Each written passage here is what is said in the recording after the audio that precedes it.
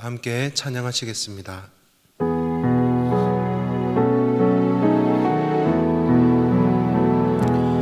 내 인생 여정 끝내어 강 건너 언덕 이를 때 하늘 문 향해 말하리 예수 인도하셨네. 매일 발걸음마다 예수 인도하셨네. 나의 무거운 죄짐을 모두 벗고 하는 말 예수 인도하셨네. 내 밟은 발걸음마다 주 예수 보살피시사 승리의 개가 부르며 주를 찬송하리라. 매일 발걸음마다 예수 인도하셨네. 나의 무거운 죄짐을 모두 벗고 하는 말 예수 인도하셨네. 이 시간 기도 제목을 보시면서 다 함께 합심으로 기도하시겠습니다. 하나님, 국회와 국민들을 역차별하는 차별금지법의 악한 의도가 드러나게 하시고 이 나라와 이 시대를 지키고 교회와 다음 세대를 지킬 수 있도록 포괄적 차별금지법 제정을 막아 주옵소서. 이뿐 아니라 교회를 무너뜨리려고 하는 모든 악한 정책과 시도들이 하나님 무너지게 하시고 교회에 대한 탄압이 아닌 존중과 공정함이 있게 하여 주옵소서. 하나님 아버지, 이 어려운 때에 우리 교회를 이끌어 가시는 사랑하는 담임 목사님을 강력하게 붙들어 주옵소서. 코로나 시대를 잘 감당할 수 있는 성령의 지혜를 허락하여 주시고 하나님 주신 사명을 잘 감당하고 사역에 집중할 수 있도록 하나님 모든 사단의 공격을 은혜의 불성각으로 막아 주옵소서. 하나님 특별히 목사님 건강을 지켜주시고 가정을 성령께서 평안케 인도하여 주옵소서. 담임 목사님께 넘치는 영감과 강력한 영권을 부어주셔서 하나님 시대적 사명을 힘있게 감당하게 하시고 다음 세대를 세우는 일과 복음 통일과 열방 선교를 잘 감당할 수 있도록 하나님 은혜를 더하여 주시고 하나님 도와주시기를 간절히 바라고 소망합니다. 하나님 함께하여 주옵소서. 하나님 아버지, 교회와 국민들을 역차별하는 포괄적 차별금지법 제정을 막아 주옵소서. 교회를 무너뜨리려고 하는 모든 악한 정책과 시도들이 무너지게 하시고 교회에 대한 탄압이 아닌 존중과 공정함이 있게 하여 주옵소서. 이 어려운 때에 교회를 이끌어 가시는 담임 목사님을 더 강력하게 붙들어 주시고 성령의 지혜와 은혜를 부어 주시며 건강을 지켜 주옵소서. 이 시간 말씀을 듣습니다. 말씀을 통해 은혜를 주시고 기도하는 중에 하나님의 임재를 경험케 하여 주옵소서. 살아계신 예수님의 이름으로 기도하옵나이다. 아멘.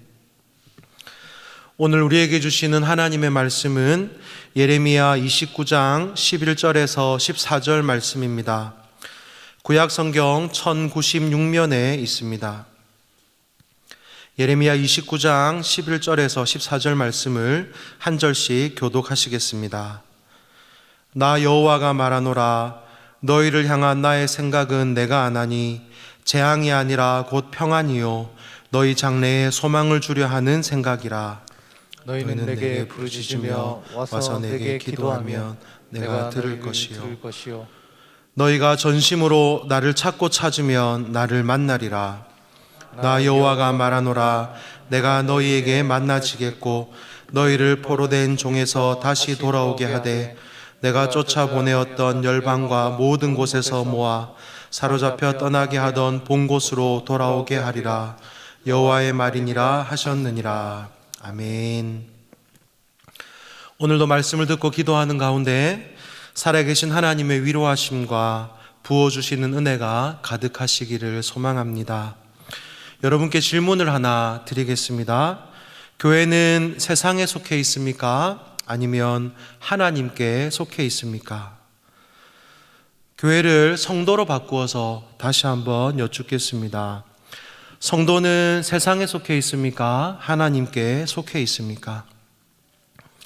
이 질문은 우리 교회와 성도의 정체성이 어디에 있는가를 묻는 질문인 동시에 우리가 마음속에 꼭 기억하며 살아야 할 질문입니다. 여러분, 다시 한번 여쭙겠습니다.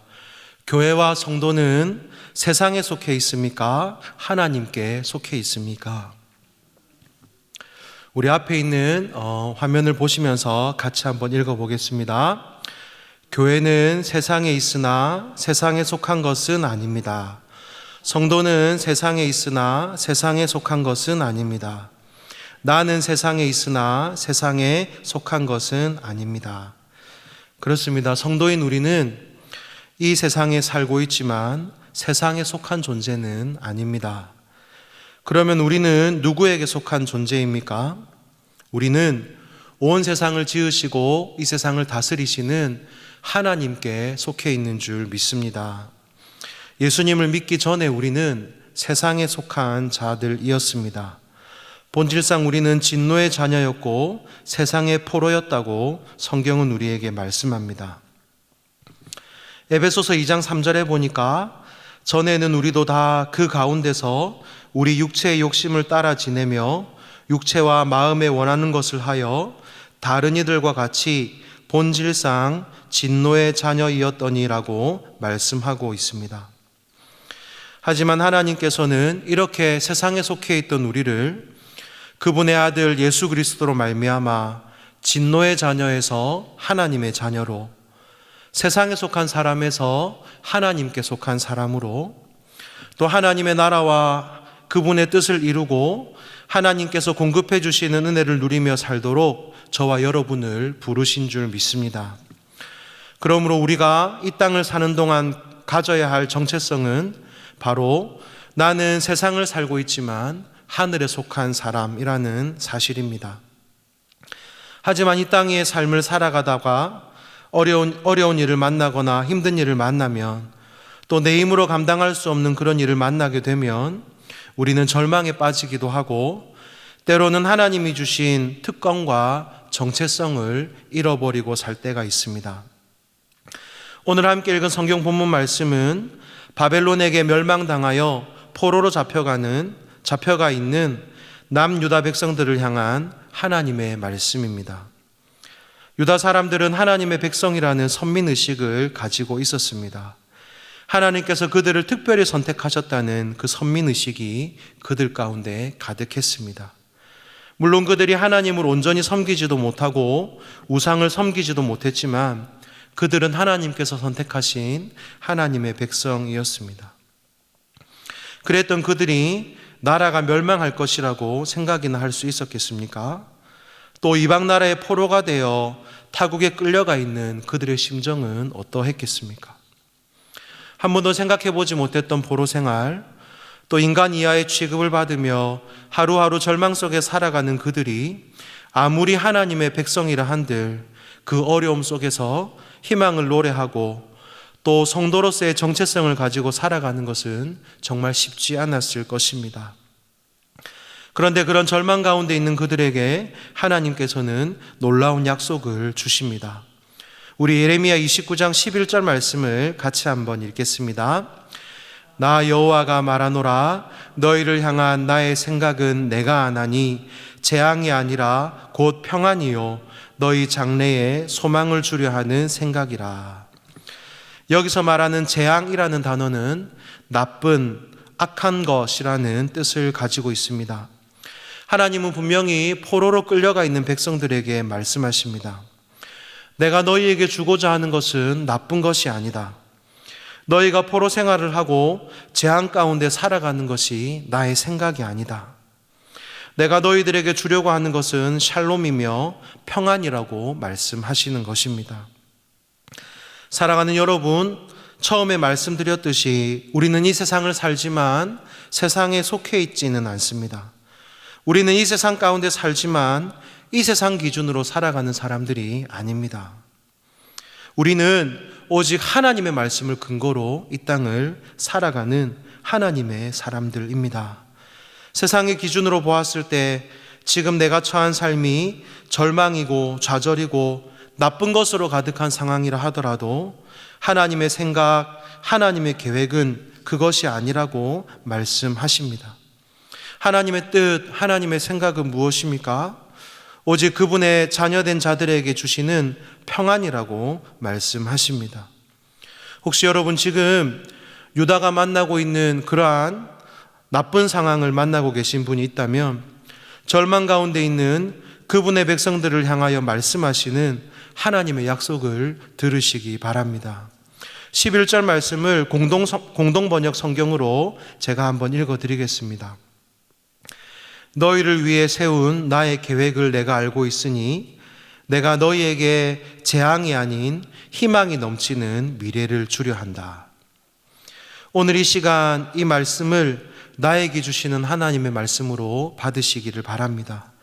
그리하여 하나님의 평안, 하나님의 소망을 누리실 수 있기를 예수님의 이름으로 축복합니다. 그러면서 계속해서 하나님은 포로된 유다 백성들에게 말씀하십니다. 12절과 13절 말씀인데요, 우리 같이 한번 읽어보겠습니다. 너희는 내게 부르짖으며 와서 내게 기도하면 내가 너희를 들을 것이요 너희가 전심으로 나를 찾고 찾으면 나를 만나니라. 하나님 뭐라고 말씀하십니까? 하나님께 부르짖으면, 내게 와서 기도하면 하나님이 들으시겠다고 말씀하시는 것입니다. 우리가 전심으로 하나님을 찾고 또 찾으면 하나님께서 우리를 만나 주시겠다고 말씀하시는 것입니다. 하나님이 이어서 14절에서 이렇게 말씀하십니다. 나 여호와가 말하노라, 내가 너희에게 만나지겠고 너희를 포로된 중에서 다시 돌아오게 하되 내가 쫓아보내었던 열방과 모든 곳에서 모아 사로잡혀 떠나게 하던 본 곳으로 돌아오게 하리라. 여호와의 말이니라 하셨느니라. 사랑하는 여러분, 우리가 하나님께 기도할 때 하나님이 들으시는 줄 믿습니다. 우리가 하나님께 기도할 때 하나님이 우리를 만나 주시는 줄 믿습니다. 뿐만 아니라 인생의 모든 문제를 다 해결하시고 떠나게 하던 본 곳으로 돌아오게 하리라던 그 하나님의 말씀에 근거하여 가장 좋고 선한 길로 우리를 인도해 주실 줄 믿습니다. 그러므로 사랑하는 여러분, 이 어렵고 힘든 시간을 이겨낼 수 있는 유일한 방법은 오직 기도입니다. 하나님을 향하여 부르짖으며 하나님을 전심으로 찾는 것, 이것이 우리 삶의 유일한 열쇠이고 해결 책임을 기억하시기 바랍니다. 말씀을 맺습니다. 사랑하는 여러분, 우리는 세상에 있으나 세상에 속한 것은 아닙니다. 우리는 이 세상을 살아가지만 하나님 나라의 기준을 가지고 이 땅을 살아가는 하나님의 백성입니다. 그러므로 내 힘으로 내 문제를 해결하는 것이 아니라 모든 문제의 근원 되시고 열쇠 되시는 아버지 하나님을 간절히 찾으시기를 간절히 소망합니다. 비록 지금 내 삶이 포로와 같은 어려움과 시련이 있다 하더라도 하나님께서 나를 향하신 놀라운 계획을 가지고 계심을 기억하며 하나님을 찾고 하나님께 부르짖는 성도님들이 되시기를 예수님의 이름으로 축복합니다. 그리하여 하나님 우리에게 약속하신 것처럼 하나님이 내 모든 문제를 해결하시고 내 삶 가운데 재앙을 평안과 소망으로 바꾸시는 놀라운 은혜를 경험하시기를 예수님의 이름으로 축복합니다. 우리 기도 제목을 읽으시면서 함께 기도하시겠습니다. 하나님 아버지, 절망적인 상황 속에서도 하나님을 바라보고 하나님께 부르짖는 믿음을 주옵소서. 나를 향한 하나님의 계획은 재앙이 아니라 장래의 소망임을 기억하며 지금의 시간들을 기도로 이겨내게 하여 주옵소서. 세상을 살고 있지만 나의 정체성은 오직 하나님 나라에 있음을 기억하며 천국 시민으로 살게 하여 주옵소서. 우리 함께 기도하시겠습니다. 하나님 아버지 감사합니다. 오늘도 우리에게 말씀을 주셔서 감사합니다.